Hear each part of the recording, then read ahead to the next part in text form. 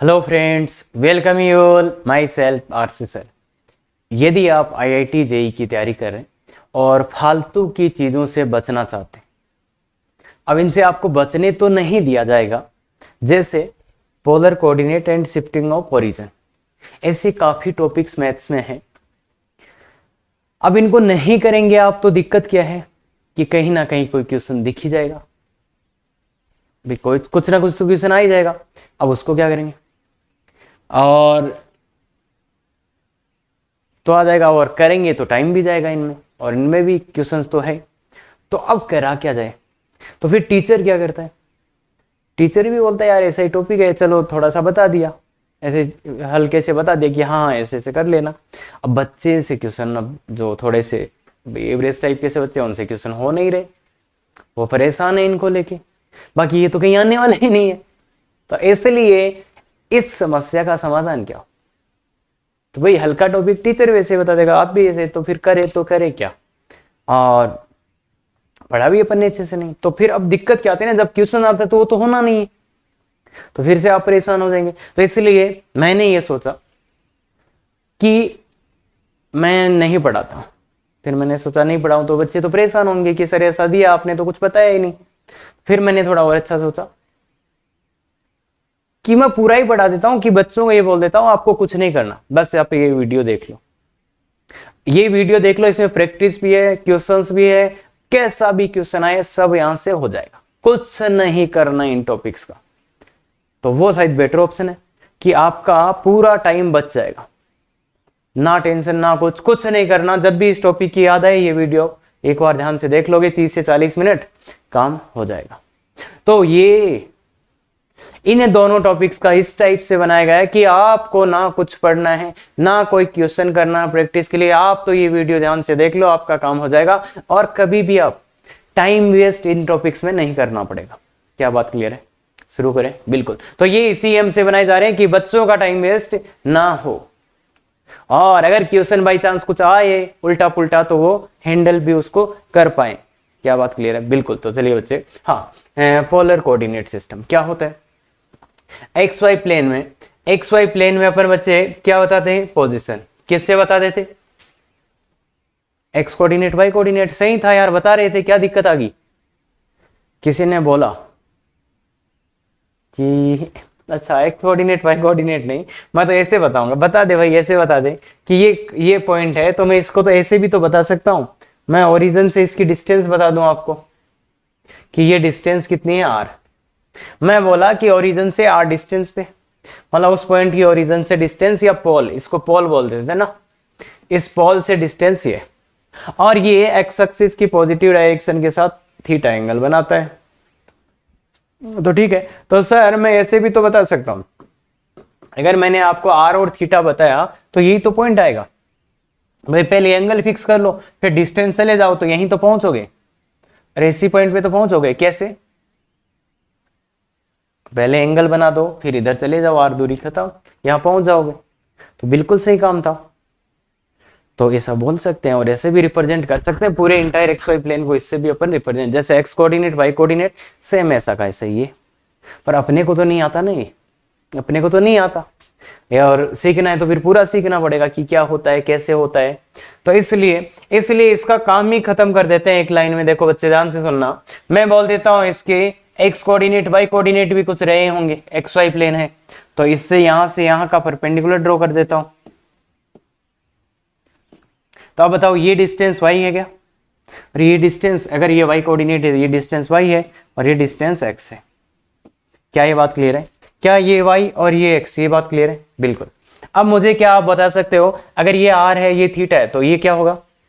r cos theta. अरे पता है ना ये डिस्टेंस क्या आएगी, और ये क्या आएगी? ये r sin थीटा। अरे कंपोनेंट सर किसकी बातें कर रहे हो? नहीं पता?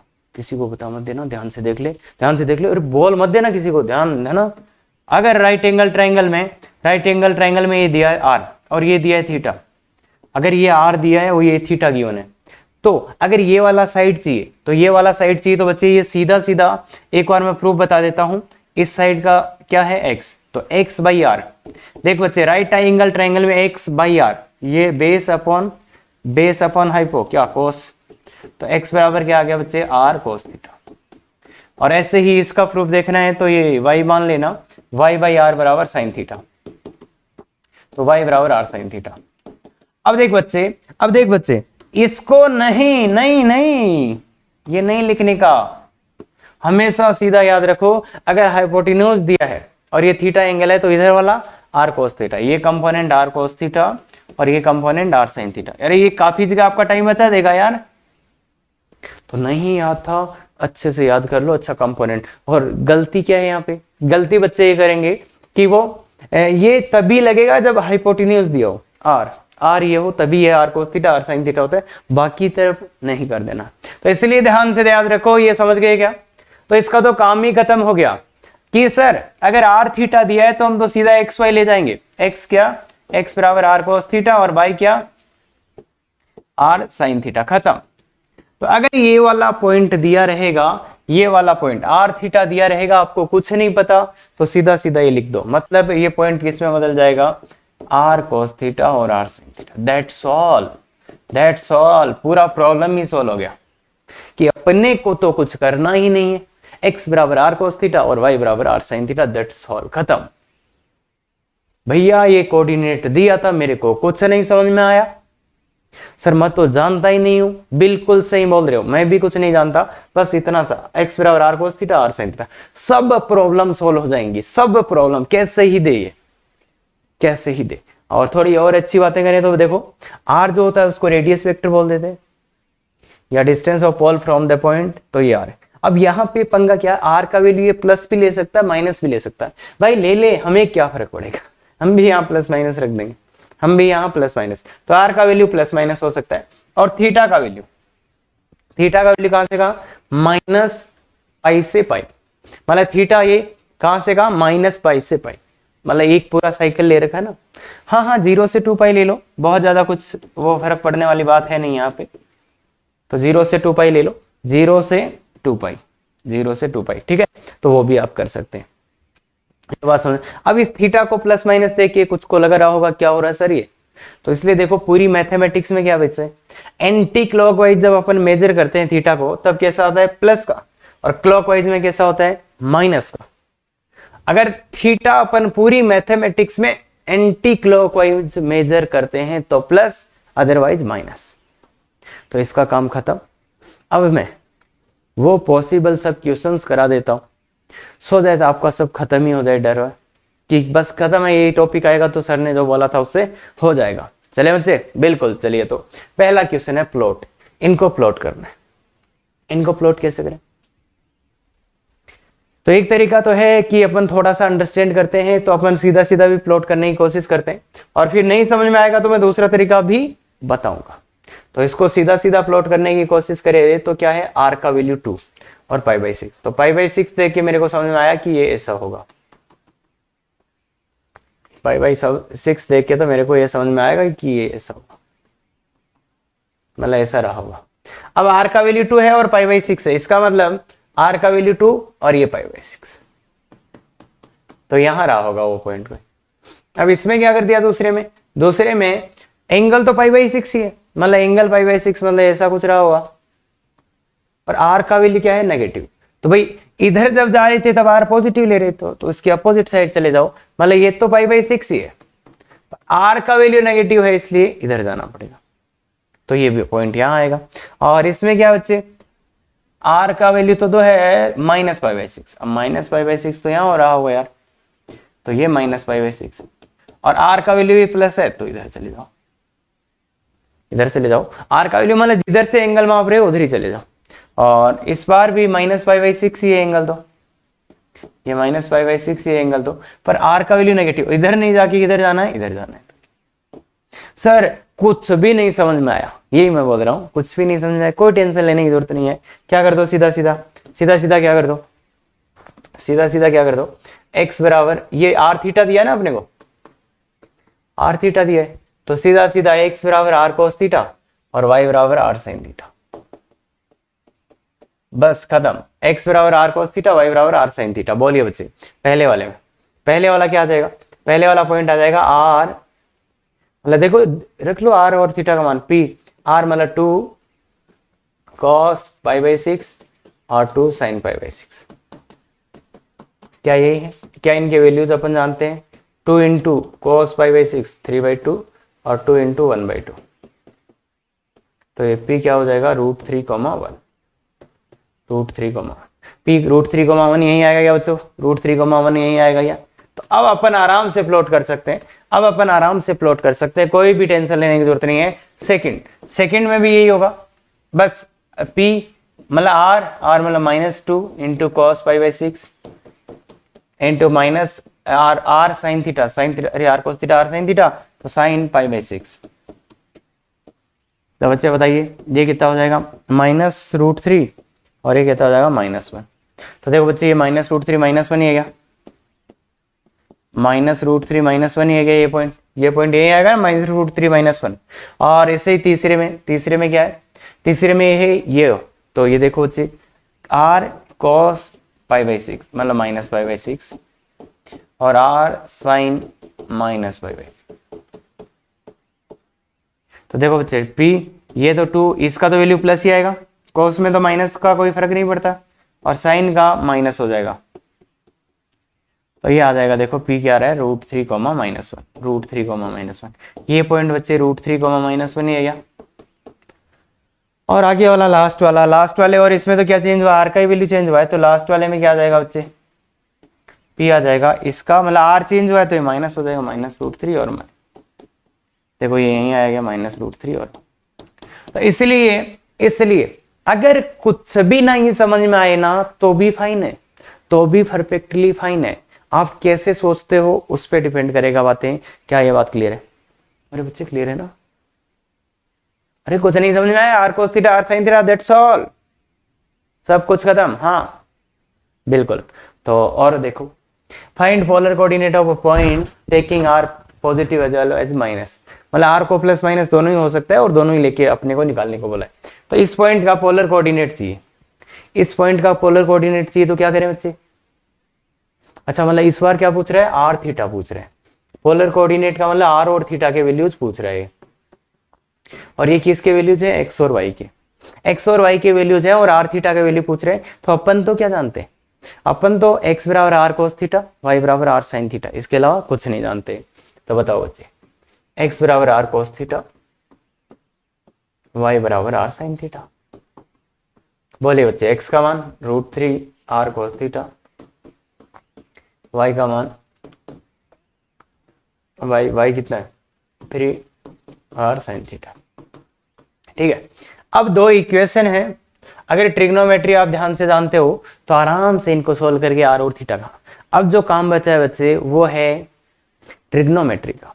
ट्रिग्नोमेट्री अगर अपन अच्छे से जानते हैं तो कोई प्रॉब्लम नहीं आने वाली। फिर भी मैं देखो सोल्व करके बता देता हूँ। यहां से r का वैल्यू चाहिए तो कैसे करें? r का वैल्यू चाहिए तो क्या करना चाहिए बच्चों? r का वैल्यू चाहिए तो क्या करना चाहिए? r का वैल्यू चाहिए तो क्या करना चाहिए? स्क्वायर करके ऐड कर दो सर। 3 का स्क्वायर प्लस दिस का square is equal to r square cos square theta plus sin square theta, यही आएगा। और इसीलिए स्क्वायर करके ऐड किया था सो दैट ये हो जाए। तो ये कितना हो गया? 9 और 12। तो r का वैल्यू कितना आ गया बच्चे? +-2√3। स्क्वायर रूट ले लो, स्क्वायर रूट ले लो। r का वैल्यू प्लस माइनस दोनों ही हो सकता है भाई, एन रूट लिया तो प्लस माइनस, और इसने बोला भी ये प्लस भी लेना है माइनस भी लेना है। तो बिल्कुल पहले अगर मैं r का वैल्यू 2 + √3 लेता हूं भाई, ये तो इतना ही आएगा ना, बिल्कुल। तो अब इसमें पुट करो, इसमें पुट कर दो r का वैल्यू। तो थीटा का वैल्यू निकाला √3 बराबर 2√3 cos थीटा। तो cos थीटा कितना आ गया बच्चे? यहां से cos थीटा आ गया 1/2। और जैसे ही r का वैल्यू आप sin थीटा वाले में पुट करेंगे 3 बराबर 2√3 sin थीटा। यहां पे मान पुट कर रहे हैं r का, तो sin थीटा का मान कितना आ गया? √3/2। और देखो sin थीटा और cos थीटा दोनों ही पॉजिटिव है, ये भी पॉजिटिव है, ये भी पॉजिटिव है, दैट मीन्स फर्स्ट क्वाड्रेंट। और थीटा का वैल्यू कितना आ रहा है देख लो यार, कौन से पे होता है ये? अरे π/3 दिख रहा है ना। ये sin थीटा cos थीटा के ये मान कब आते हैं? π/3। इसलिए क्या आ जाएगा? इसलिए p क्या आ गया? r का मान तो लिया है 2√3 और थीटा का मान लिया π/6। r थीटा ही होता है ना, r का मान 2√3 और इसका वैल्यू ये। हाँ, अब अपन जब r का मान नेगेटिव लेंगे तो क्या होगा? तो बिल्कुल बच्चे नेगेटिव लेंगे तो भी वही होगा, तो बच्चे इस आर का मान यहाँ रखेंगे तो cos थीटा का मान कितना आ जाएगा, इस आर का मान यहाँ रखेंगे तो cos थीटा का मान कितना आ जाएगा, -1/2, और इस आर का यहाँ रखेंगे तो sin थीटा का मान कितना आ जाएगा, -√3/2। बस वो दोनों माइनस के आ जाएंगे और कोई डिफरेंस नहीं आएगा। अरे यहाँ से और यहाँ से माइनस हो जाए। अब दोनों ही अगर माइनस के हैं तो बच्चे कौन से में माइनस होते हैं, दोनों थर्ड क्वाड्रेंट। और वैसे थीटा की बात करी जाए, सिंपल थीटा की बात, कि कौन से का थीटा होता है, तो π/3 का, π/3 का मान होता है नहीं। अरे कौन से एंगल के ये वैल्यूज आते हैं, अगर साइन छोड़ दो, केवल इस वैल्यूज की बात करो, π/3। अब मेरे को दोनों नेगेटिव और थर्ड में जाने के दो तरीके होते हैं, π+θ या -π+θ। थर्ड क्वाड्रेंट में जाने के दो तरीके होते हैं, π+θ और -π+θ। क्या ये बात पता है अपने को? अरे थर्ड क्वाड्रेंट में जाने के लिए कहता है ना ये, भाई थर्ड में तो ये पाई आ गई और इससे आगे थीटा कर लो, या इधर से इधर -π आ जाओ, फिर इधर आना पड़ेगा -π+θ। तो इसलिए इससे देखेंगे तो 4π/3 आ रहा है और इससे देखेंगे तो -2π/3 आ रहा है। तो ज्यादा बेटर ऑप्शन तो कौन सा है, क्योंकि उसने बोला था -π से π। अदरवाइज आप थीटा कुछ भी लो ना, 0 से 2π लो या माइनस, तो दोनों ही सही है, पर उसने बोल दिया था तो इसको ज्यादा प्रीफरेंस दे देंगे, ये भी सही है। तो इसलिए इसमें देखेंगे तो p का वैल्यू क्या आ जाएगा, -2√3 -2π/3। तो ये आंसर और ये आंसर दोनों ही आंसर है, कोई दिक्कत इसमें नहीं होना चाहिए। तो ज्यादा से ज्यादा फालतू सवाल ये पूछ सकता है कि इसको है उसमें रिप्रेजेंट कर दो, तो कर देंगे, क्या फर्क पड़ेगा, है ना। कुछ एक्स्ट्रा नहीं लाना है, बस ट्रिग्नोमेट्री अगर अपने को आता है तो आराम से हो जाएगा, क्या बिल्कुल हो जाएगा। हाँ अब देखिए बच्चे, find distance between this points. अब यहाँ पे फालतू के सवाल क्या हो सकते हैं कि सर अगर दो हमें पोलर कोऑर्डिनेट्स दे दे तो उनके बीच की डिस्टेंस कैसे लाएंगे।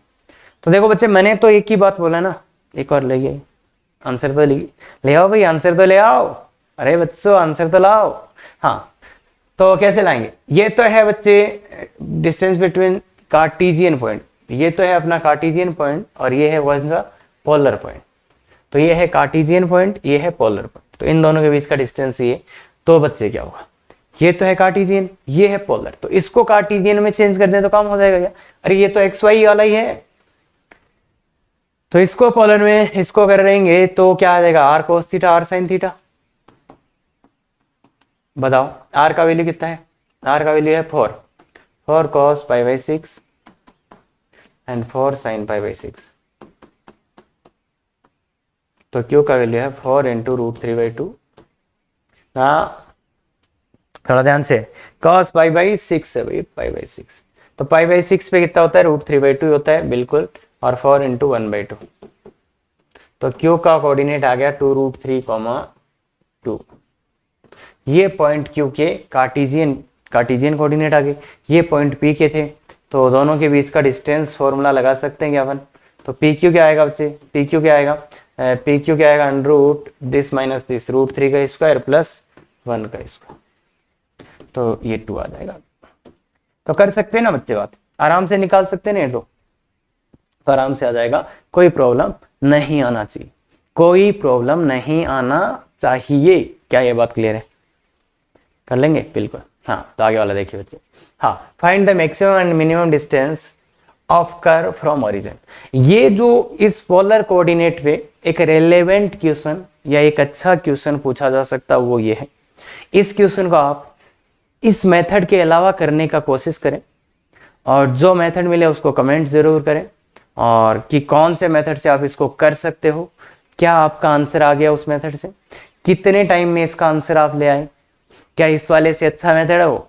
तो ये बहुत ही अच्छा क्वेश्चन है, और ये क्या है वो आप आगे जाके पहचान पाओगे, थोड़ा सा आगे चले जाओगे तो बहुत ही सुंदर क्वेश्चन है। पर इसका अगर आप इस मेथड से नहीं कर रहे तो दूसरा कौन सा मेथड से आप करेंगे, क्या आपका आंसर आ रहा है, बिल्कुल कमेंट कर सकते हो आप, और कोशिश भी करो इसको। बच्चे 11th क्लास के बच्चे तो नहीं कर पाएंगे कुछ ज्यादा, पर जो एक बार पहले पढ़ चुके हैं वो बच्चे देख रहे हैं, तो बिल्कुल बच्चे कोशिश करिएगा इसको। हाँ तो इस क्वेश्चन में पंगा ये है कि इसको शुरू कैसे करें, शुरू हो गया तो आंसर आ जाएगा, और बाकी आप करो भाई, जो भी आपको अच्छे से करिएगा कि कैसे ला सकते हैं, मेथड्स बिल्कुल बता सकते हैं। तो x बराबर है, मैं तो x बराबर r cos theta let let x बराबर आर कोस थीटा और y बराबर आर साइन थीटा बोल देता हूं। तो x और y मैंने एक पॉइंट मान लिया, किस पे पॉइंट मान लिया मैंने x और y, ये कौन सा पोलर कोऑर्डिनेट। तो अब देखो मैं क्या करूंगा, इस पॉइंट को इसमें सेटिस्फाई करा दूंगा और फिर r का वैल्यू निकालूंगा, क्योंकि r क्या है, ओरिजिन से डिस्टेंस ही तो होता है भाई। इस पॉइंट को इसमें सेटिस्फाई करा दिया और फिर मैं उस पॉइंट का मूल जो ओरिजिन है उससे मैक्सिमम डिस्टेंस निकाल लेंगे या मिनिमम जो भी पूछा है। तो इसको इसमें सेटिस्फाई कराओ, तो R square cos square theta plus 2 R square sine square theta plus 2 R square sine theta cos theta हो जाएगा बच्चे, इक्वल टू। देखो बच्चे आर स्क्वायर को अपन अब अलग कर सकते हैं, कोस square theta plus 2 sign square theta plus 2 sign theta cos theta. अपने को तो आर का वैल्यू चाहिए था, तो और वो आ भी रहा है, देखो आर का ही वैल्यू चाहिए था और वो आराम से आ भी रहा है, बस उसका मिनिमम और मैक्सिमम वैल्यू निकालना है, उसका मिनिमम और मैक्सिमम वैल्यू निकालना है। तो R square equal to this R square is equal to this. तो अब अपने को अगर आर का मैक्सिमम मिनिमम वैल्यू चाहिए तो इसका निकालना पड़ेगा। अब ये एक ट्रिग्नोमेट्री का अच्छा क्वेश्चन है, ये एक ट्रिग्नोमेट्री का अच्छा क्वेश्चन है। क्या बच्चे आप इसका रेंज बता सकते हो मुझे? भाई अगर ट्रिग्नोमेट्री आप पढ़ के आ रहे हो तो बच्चे बिल्कुल इसका रेंज निकालना आपको आना चाहिए। क्या आप इसके मैक्सिमम और मिनिमम वैल्यू निकाल सकते हो? बहुत ही अच्छा क्वेश्चन है ये। हाँ, तो ऐसे देखोगे तो कुछ नहीं होगा, पर एक मेरे को हिंट मिल रहा है इससे, इसको क्या है, ये साइन 2 थीटा है। तो साइन 2 थीटा है तो फिर मैं इसको और इसको तो cos 2 थीटा में बदल सकता हूं, इसको तो अपन cos 2 थीटा में चेंज कर सकते हैं। ये प्लस हो जाएगा और ये क्या हो जाएगा, 2 इंटू 1 क्या होगा, हाँ 1 माइनस cos 2 थीटा बाई 2। तो अगर आप 2 को एलसीएम लोगे, अगर आप 2 को एलसीएम थोड़ा ध्यान से लगोगे तो 1 प्लस cos 2 थीटा और ये भी आ जाएगा 2 माइनस 2 cos 2 थीटा और 2 साइन 2 थीटा। और थोड़ा ध्यान से लिखोगे तो ये आ जाएगा बच्चे 3 माइनस 2 साइन 2 थीटा और माइनस cos 2 थीटा। थोड़ा ध्यान से देखो, ध्यान से देखो। हाँ, अब इसका अपन जानते हैं ट्रिग्नोमेट्री में, इस वाली चीज का अपन जानते हैं ट्रिग्नोमेट्री से कि इसका मैक्सिमम और मिनिमम वैल्यू या इसका रेंज क्या होता है, माइनस का under root A square plus B square से A square plus B square, जानते हैं नहीं, A sine theta plus B cos theta. कहां से कहां होता है, माइनस का under root A square plus B square से प्लस का अंडर रूट ए स्क्वायर। तो ये चीज अपन जानते हैं, तो ये चीज जानते हैं, तो इसलिए 3 प्लस माइनस रूट 5। भाई यहाँ पे थीटा की जगह 2 थीटा, कोई फर्क नहीं पड़ता, दोनों जगह एंगल सेम होना चाहिए। तो ये रूट 5 से रूट 5 बाई 2, तो ये आ गया बच्चे 3 माइनस रूट 5 बाई 2 से 3 प्लस रूट 5 बाई 2। क्लियर है? क्लियर है, ये वाला आ गया। अब अपने को देखो आर का मैक्सिमम वैल्यू चाहिए, मतलब आर स्क्वायर का मैक्सिमम वैल्यू चाहिए। अगर आर का सबसे ज्यादा वैल्यू चाहिए तो इसका सबसे छोटा वैल्यू डाल देंगे, तो इसका सबसे छोटा वैल्यू डाल दो, वो कितना आएगा 1/3 माइनस रूट 5 बाई 2। भाई नीचे वाले को तुम जब मिनिमम डालोगे तभी तो ये मैक्सिमम आएगा, और अगर आर स्क्वायर का आपको मिनिमम वैल्यू चाहिए तो नीचे वाले को सबसे बड़ा डाल दो। सबसे बड़ा वैल्यू यहां पुट कर दो किसका, इसका, तो आर का मिनिमम वैल्यू आ जाएगा। तो इसलिए आर मैक्सिमम कितना आ रहा है, आर मैक्सिमम कितना आ रहा है बच्चे, 2/3 माइनस रूट 5, इसका स्क्वायर रूट। अब आर तो डिस्टेंस है तो प्लस माइनस तो कोई मीनिंग है नहीं, तो प्लस ही लेना पड़ेगा। और आर मिनिमम आर का मिनिमम वैल्यू कितना आ रहा है, भाई अपन डिस्टेंस की बात कर रहे हैं यहाँ पे, तो इसलिए इसका रूट आ जाएगा। तो ये आर मिनिमम है, ये आर मैक्सिमम है, तो ये बात है। और काफी अच्छा क्वेश्चन है, ध्यान से देख लो। अब इस क्वेश्चन में 3 प्रॉब्लम स्टूडेंट्स को आ सकती है। पहली तो स्टार्ट ही नहीं हो, और जो कि नहीं होगा, मोस्ट ऑफ द टाइम आप स्टार्ट ही नहीं कर पाएंगे इस क्वेश्चन को। दूसरा प्रॉब्लम यहाँ पे आ सकता, यहाँ स्टार्ट करने के बाद यहाँ आगे, यहाँ के बाद ये ट्रिग्नोमेट्री वाला प्रॉब्लम आ सकता है। किसी को ये नहीं आता तो बिल्कुल ये बहुत भयानक प्रॉब्लम आ गए, बाकी इसका यही तरीका होता है। यही होता है ना, इससे कर लोगे। इसके बाद में यहाँ पे कि इसका रेंज आ गया, तो फिर देखो भाई इसका मैक्सिमम तो तभी आएगा जब यार इसको मिनिमम रखेंगे, और तो मैक्सिमम मिनिमम अपन ने निकाल लिया, तो क्लियर है क्या ये बात। तो बहुत गजब का क्वेश्चन है, दिख रहा होगा, एडवांस का इजी क्वेश्चन, एडवांस लेवल का इजी क्वेश्चन है। क्या बात क्लियर है? बिल्कुल। तो देखिए बच्चे आगे वाला, अब है शिफ्टिंग ऑफ ओरिजिन, कि ओरिजिन को शिफ्ट कर दे। ये कैसा प्रॉब्लम है? ये ऐसा प्रॉब्लम है बच्चे, अभी आपका घर यहां है, अभी आपका घर है यहां पे,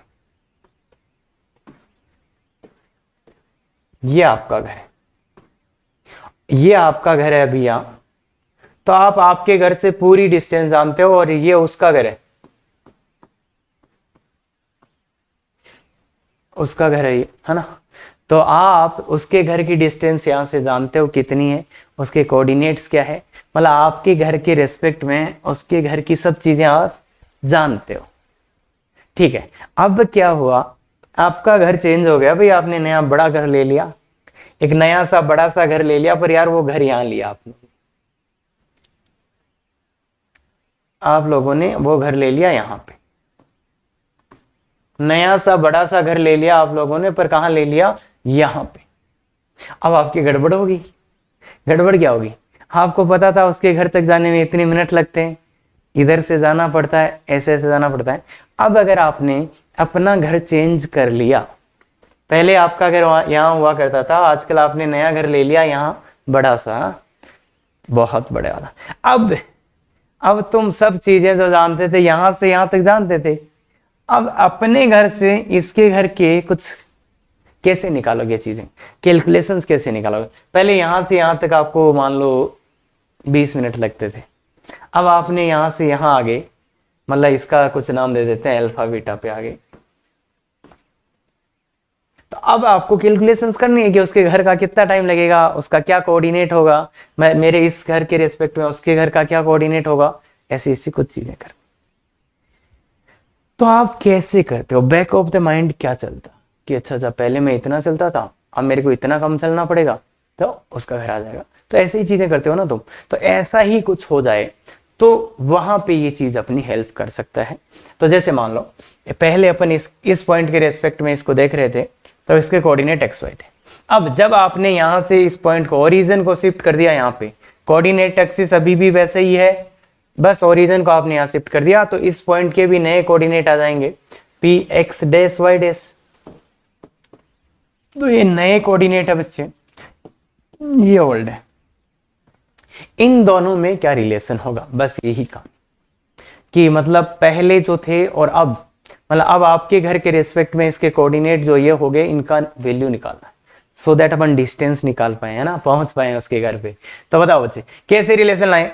तो अगर मैं आपको पूछूं और ध्यान से पूछूं, तो बताइए बच्चे, यहां से लेके यहां तक, ये यहां से लेके यहां तक, ये क्या है? यहां से यहां तक एक्स कोऑर्डिनेट था क्या? पुराने वाला भाई एक्स कोऑर्डिनेट है ना, ये यहां से लेके यहां तक। अब मैं ये पूछूं आपको, यहां से लेके यहां तक ये कितना डिस्टेंस है? इस पॉइंट का एक्स कोऑर्डिनेट तो ये अल्फा। अब अगर मैं पूछूं यहां से लेके यहां तक क्या है? यहां से लेके यहां तक, केवल यहां से लेके यहां तक क्या है? ये नया वाला वाई को, नया वाला एक्स कोऑर्डिनेट, मतलब एक्स डैश। क्या बच्चे ये बात समझ में आती है? ध्यान से देख बच्चे, यहां से लेके यहां तक ये तो इसका एक्स कोऑर्डिनेट, फिर ये इसका अल्फा बीटा है, तो ये डिस्टेंस अल्फा, और फिर नया कोऑर्डिनेट इसी पॉइंट का ये हो गया, किसके? इसके रेस्पेक्ट में, तो यहां से लेके यहां तक की एक्स डैश। तो कुल मिला के क्या आया? X equal to X dash plus alpha. क्या बच्चे आप देख सकते हो? x equal to X dash plus alpha, इन दोनों का सम है। ऐसे ही यहां से लेके यहां तक की डिस्टेंस क्या होगी बच्चे? y। अरे आपके पुराने वाले घर से उसकी दूरी, और यहां से यहां तक क्या होगी? बीटा, और यहां से यहां तक क्या होगी? y dash. समझ गए ना यार, ये डिस्टेंस y डैश। हाँ बिल्कुल। तो बताओ क्या हो गया? y equal to Y dash plus beta. थोड़ा सा और अच्छा कर लेते हैं इसको, तो x डैश का वैल्यू आ गया x माइनस अल्फा, और यहां से y डैश का वैल्यू आ गया y माइनस बीटा। तो बच्चे देखो, नई चीजें चाहिए आपको, नए कोऑर्डिनेट चाहिए, तो वो ओल्ड वाले में से क्या कर देना? आपके घर, और आपका जो घर है उसको माइनस कर देना। तो मतलब नए कोऑर्डिनेट चाहिए, तो जो पहले वाले ओल्ड कोऑर्डिनेट्स थे उसमें से माइनस कर देना, जहां पे अपन ने अपना घर शिफ्ट कर लिया है। तो जहां पे ओरिजिन को आपने शिफ्ट किया है वो माइनस कर देना, x माइनस एल्फा और x minus Y minus beta. तो इसका मतलब क्या है, अगर आपको नए कोऑर्डिनेट चाहिए, अगर आपको नए कोऑर्डिनेट चाहिए तो क्या करोगे बच्चे, आप पुराने वाले कोऑर्डिनेट्स में से जहां पे आपने अपना घर शिफ्ट किया है उसको माइनस कर दोगे। क्या ये बात क्लियर है? क्या ये बात क्रिस्टल क्लियर है? कर सकते हैं आराम से। बस इतना ही है बच्चे, इतना ही है शिफ्टिंग, कि आपका घर पहले कहीं हुआ करता था, आपका घर चेंज हो गया, तो उसके घर के कोऑर्डिनेट्स कैसे चेंज होंगे। अब आप कैसे कोऑर्डिनेट्स बताओगे, तो वो है एक्स डेस मतलब नए वाले बराबर एक्स माइनस अल्फा, वाई डेस बराबर वाई माइनस बीटा। इधर आप इसको मेमोराइज कर लो, मतलब राज, रिमेंबर ऑलवेज, क्योंकि ऐसी चीजें करने बैठोगे तो आप नहीं कर पाओगे एग्जाम में। इसलिए बेटर ये है कि अच्छा उसके घर के नए coordinate X minus alpha Y minus beta. क्या ये बात क्लियर है? कर सकते हैं, बोलो याद रख सकते हैं, या दोनों को याद रखने की कोई जरूरत नहीं है, बस ये याद रख लेना आप। तो नए वाले coordinate equal to X minus alpha Y minus beta. क्या बात क्लियर है? बिल्कुल। तो चलिए बच्चे क्वेश्चन कैसे आएंगे, let origin is shifted to this, origin को शिफ्ट कर दिया यहाँ पे, मतलब अल्फा बीटा का वैल्यू क्या है, alpha beta equal to 1 2, alpha value 1 beta value 2। बात क्लियर है क्या? अब ये पहले ही क्वेश्चन में क्या पूछ रहा है, न्यू कोऑर्डिनेट, मतलब ये कौन से कोऑर्डिनेट दिए, इसने एक्स वाई का वैल्यू दिया है, इसका मतलब एक्स और वाई का वैल्यू है 3 4, इसने बोला new coordinate of the point, तो मतलब ये पॉइंट के कौन से कोऑर्डिनेट है, पुराने वाले। क्या बात क्लियर है? पुराने वाले कोऑर्डिनेट है। अपने को पूछा क्या जा रहा है, नए वाले एक्स डेस वाई डेस का वैल्यू अपने को पूछा जा रहा है, ये अपने को पूछा रहा है। तो अपन जानते हैं ना एक्स डेस क्या होता है, एक्स माइनस एल्फा, वाई डेस क्या होता है, वाई माइनस बीटा। क्या ये बात क्लियर है? बस वैल्यू पुट करते जाओ, एक्स का वैल्यू ये रहा 3 माइनस वाई का वैल्यू ये रहा 4 माइनस एल्फा का वैल्यू 1 बीटा का वैल्यू 2, तो कितना आ गया बच्चे, ये आ गया 2 और ये भी आ गया 2। तो देखो एक्स डेस वाई डेस की वैल्यू क्या आ गई, जो पूछा था उसने 2,2। तो बस रे उसके उसके उसके नए वाले उसके घर के कोऑर्डिनेट ये आ गए। ठीक है क्या बच्चे? ठीक है क्या? अब देखो ये रहा, ये अब पुराना सवाल है कि आपको क्या दिया गया है, ओल्ड कोऑर्डिनेट ऑफ पॉइंट, इस वाले पॉइंट के ओल्ड कोऑर्डिनेट चाहिए, मतलब ये कौन से कोऑर्डिनेट होंगे फिर, एक्स डेस वाई डेस, ये नए वाले कोऑर्डिनेट आपको दिए हैं -4 और 3। आपको क्या चाहिए, एक्स और वाई का value, old coordinate of the point, इस पॉइंट का ओल्ड कोऑर्डिनेट चाहिए, मतलब ये कौन से कोऑर्डिनेट है, न्यू। तो बस सीधा सीधा इस तरीके करेंगे, एक्स डेस बराबर x minus alpha, value put कर दो, और वाई डेस बराबर वाई माइनस बीटा, एक्स डेस वैल्यू पुट कर दो भाई, -4 इक्वल टू एक्स और अल्फा का वैल्यू 1, तो एक्स का वैल्यू कितना आ जाएगा, -3, और वाई डेस का value 3 equal to Y minus beta 2, तो वाई का वैल्यू 5। बिल्कुल बच्चे यही आएगा, बिल्कुल। तो खत्म खत्म खत्म, ये आ गया आंसर अपना, कितना, -3,5। ऐसे आप आंसर ला सकते हो। अगर थोड़ा सा ध्यान से देख लोगे ना बच्चे, ऐसी कोई चीज है ही नहीं जिसका आप आंसर नहीं ला सकते। क्या बात क्लियर है?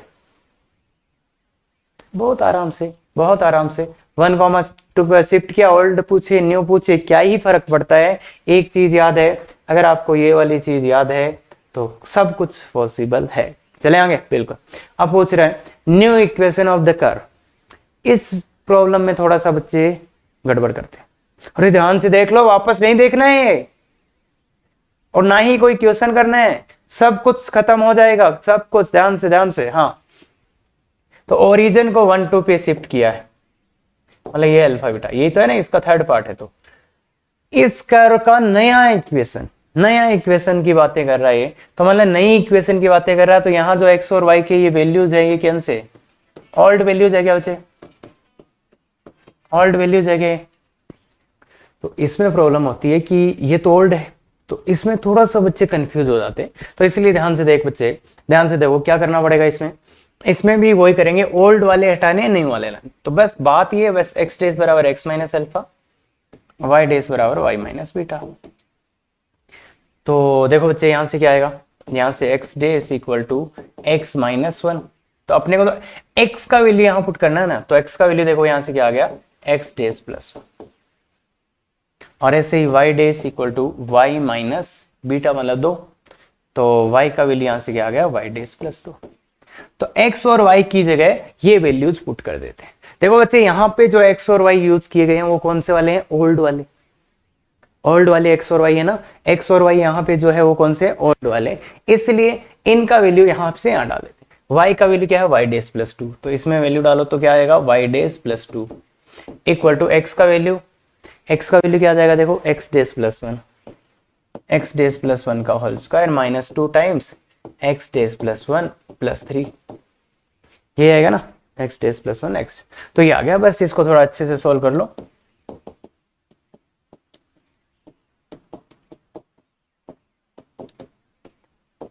क्लियर है क्या? तो ये देखो बच्चे y dash plus 2 equal to, देखो ये खत्म हो जाएगा और ये x डैश स्क्वायर आ जाएगा, ये कितना आ जाएगा 4 माइनस 2 प्लस 2 आ जाएगा और 2 से 2 भी खत्म हो जाएगा। तो y डैश बराबर x डैश का स्क्वायर आ जाएगा, y डैश बराबर x डैश का स्क्वायर। अब इसको इस फॉर्मेट में तो लिख के नहीं देंगे, लिख के तो ऑब्वियस सी बात है y बराबर x स्क्वायर ही देंगे। अरे वापस उसी में मतलब लास्ट में ऐसा इक्वेशन थोड़े लिखोगे, ऐसा इक्वेशन तो लिखेंगे नहीं लास्ट में, इसलिए इसको ऐसा। क्या बात क्लियर है अच्छे से पक्का? देख लो ध्यान से, y dash equal to x dash का स्क्वायर, तो इस टाइप से अपन लिख के दे देंगे। क्लियर है बिल्कुल। हाँ तो ये बताओ, ये एक अच्छा क्वेश्चन बना दिया है, बिल्कुल थोड़ा ध्यान से कर लो, यही क्वेश्चन है, बाकी तो सब क्लियर कवर हो जाएगा। हाँ तो where to shift origin without rotation of axis, without rotation, axis को रोटेट नहीं करना, उनको सही रखते हुए कि इस equation will not contain terms of X and Y. तो इसने बोला कहां शिफ्ट करें, तो लेट मान लिया कहां शिफ्ट करो, अल्फा बीटा पे शिफ्ट कर दो ओरिजिन को। ठीक है, तो फिर वो रिलेशन क्या है, X dash equal to X minus alpha और Y dash equal to Y minus beta. अब इसमें जो एक्स और वाई है वो तो कौन से वाले हैं, ओल्ड वाले हैं ना भाई, ये एक्स और वाई यूज हुए हैं, ये तो ओल्ड वाले हैं। तो न्यू वाले, तो ओल्ड वाले का वैल्यू यहाँ पे पुट करना पड़ेगा अपने को। तो x का वैल्यू निकालो यहाँ से x डैश प्लस अल्फा और यहाँ से y का वैल्यू निकाल लो, तो वो y का value y dash plus beta. तो ये वैल्यूज यहाँ पे पुट कर देते हैं। तो ये y की जगह क्या पुट करोगे, y डैश प्लस बीटा का whole square plus 6 y dash plus beta minus 8 x dash plus beta alpha. 8 क्या है, x डैश प्लस अल्फा और प्लस 3 इक्वल टू 0। यही तो है y dash plus beta 6y minus 8 plus 6। तो ये है बच्चों, तो ध्यान से देखिए y डैश का स्क्वायर प्लस 6 कहां से है 2y dash beta plus beta square plus 6y dash plus 6 beta minus 8x dash minus 8 alpha plus 3 equal to 0। इसको थोड़ा अच्छे से निभा देते हैं। तो y डैश का स्क्वायर है plus 2 beta plus 6 into Y dash minus 8x dash plus constant term क्या, देखो एक तो बीटा स्क्वायर आ गया, एक 6 बीटा, एक माइनस 8 अल्फा, एक प्लस से 3 इक्वल टू 0। देखो बच्चे ये वाई डैश, ये वाई, ये x और ये सब कांस्टेंट। भाई x y यही वेरिएबल है, बाकी तो सब कांस्टेंट है। अब इसने क्या बोला है, इसने बोला है will not contain term of y, y का टर्म नहीं होना चाहिए। y का टर्म कब नहीं होगा, जब इसके साथ वाला क्या रहा होगा 0। तो मतलब 2 बीटा प्लस 6 इक्वल टू 0। तो बीटा का वैल्यू कितना आ जाएगा बच्चे, माइनस का 3। क्यों क्यों क्यों क्यों, इसने बोला है will not contain term of y, y का टर्म नहीं रहना चाहिए, इसका मतलब इसके साथ वाला 0। ऐसे ही इसने बोला है not constant term, constant term भी नहीं, तो इसका मतलब इसको भी 0 होना पड़ेगा। तो इसको 0 करोगे तो beta square plus 6 beta minus 8 alpha plus 3 equal to 0 plus 3 equal to 0। तो बताओ बच्चे पुट करो बीटा का value 9 minus 18 minus 8 alpha plus 3 equal to 0। तो बताओ बच्चे अल्फा का वैल्यू कितना आ जाएगा, 8 अल्फा बराबर minus 6, 8 alpha equal to minus का 6। तो अल्फा का वैल्यू आ गया आपका माइनस का 3/4। तो अपने को निकालना क्या था, अल्फा और बीटा आ गया। और ये इक्वेशन देखो कैसे फॉर्म होगी, ये इक्वेशन अगर आप ध्यान से देखोगे तो भाई ये 0 हो गया, ये 0 हो गया, तो ये इक्वेशन क्या बन गई, y डैश का square minus 8x dash equal to 0। देखो ये वाई स्क्वायर माइनस 8x बराबर 0 हो गई क्या? इसमें कांस्टेंट टर्म भी नहीं है और वाई का टर्म भी नहीं है, कांस्टेंट टर्म भी नहीं है और वाई का टर्म भी नहीं है। क्या ये बात क्लियर है? अच्छे से क्लियर है ना बच्चे? ये तो भाई आराम से तो देख लो ध्यान से। ये वो क्वेश्चंस मैंने करा दिए कि अगर आप इनको ध्यान से कर लोगे, किसी भी क्वेश्चन का प्रैक्टिस करने की जरूरत नहीं है। अगर जो होने वाला क्वेश्चन है या जहां पे इस कंसेप्ट को यूज करने का आपको जरूरत पड़ेगा तो आप कर पाएंगे, आराम से कर पाएंगे, कहीं कोई घबराने की जरूरत नहीं है। तो इस वीडियो का केवल एक एम है कि बच्चों का टाइम कैसे सेव किया जाए। और शायद अगर मेरे को ऐसे ही पढ़ाना होता, ये पहले मैंने सोचा इसको नहीं पढ़ाते हैं तो प्रॉब्लम क्या होती है कि बच्चे खुद से कभी क्वेश्चन देख लिया एक, ये तो सर ने पढ़ाया ही नहीं, कभी कोई पेपर में ही आ गया और ऐसे दे दिया पेपर में, तो फिर बच्चे परेशान हो जाते हैं और वो अपना खूब टाइम वेस्ट करते हैं। फिर ज़्यादातर होता क्या है, तो ये हल्के टॉपिक होते हैं तो फैकल्टी या टीचर भी क्या सोचता है कि चलो ठीक है ऐसे टॉपिक है, थोड़ा सा बच्चों को बता देते हैं, हिंट दे देते हैं, पर वो हिंट देके वो काम तो खत्म हो गया, वहां टाइम बचा थोड़ा सा। पर हुआ क्या ना, जब बच्चे ने क्वेश्चन देखे उससे क्वेश्चन नहीं बन रहे और वो तो फिर एग्जाम में भी आ गया, वो क्वेश्चन भी नहीं हो रहे, सर क्वेश्चन ही नहीं हो रहे। और ये पहली बात तो फालतू का टॉपिक था, इसलिए टीचर ने तो कम बताया, पर बच्चों के लिए वो पंगा हो गया उल्टा कि उसने वो क्वेश्चंस नहीं बन रहे, ये भी नहीं हो रहा सर, ये तो ऐसे ऐसे दिया इस बुक में सर, वो भी नहीं हो रहा। तो इसलिए वो बच्चे बहुत ज्यादा अपना टाइम वेस्ट कर लेते।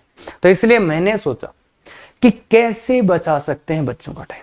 तो बच्चों का टाइम वैसे बचा सकते हैं कि मैंने क्लियरली बोल दिया कि अगर आप ये वीडियो देख लो, इसके बाद कुछ भी प्रैक्टिस भी करने की जरूरत नहीं है, जब क्वेश्चन आएगा आपसे हो जाए।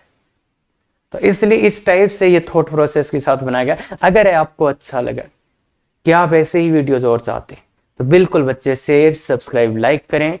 Thank you very much. Effective तैयारी करो।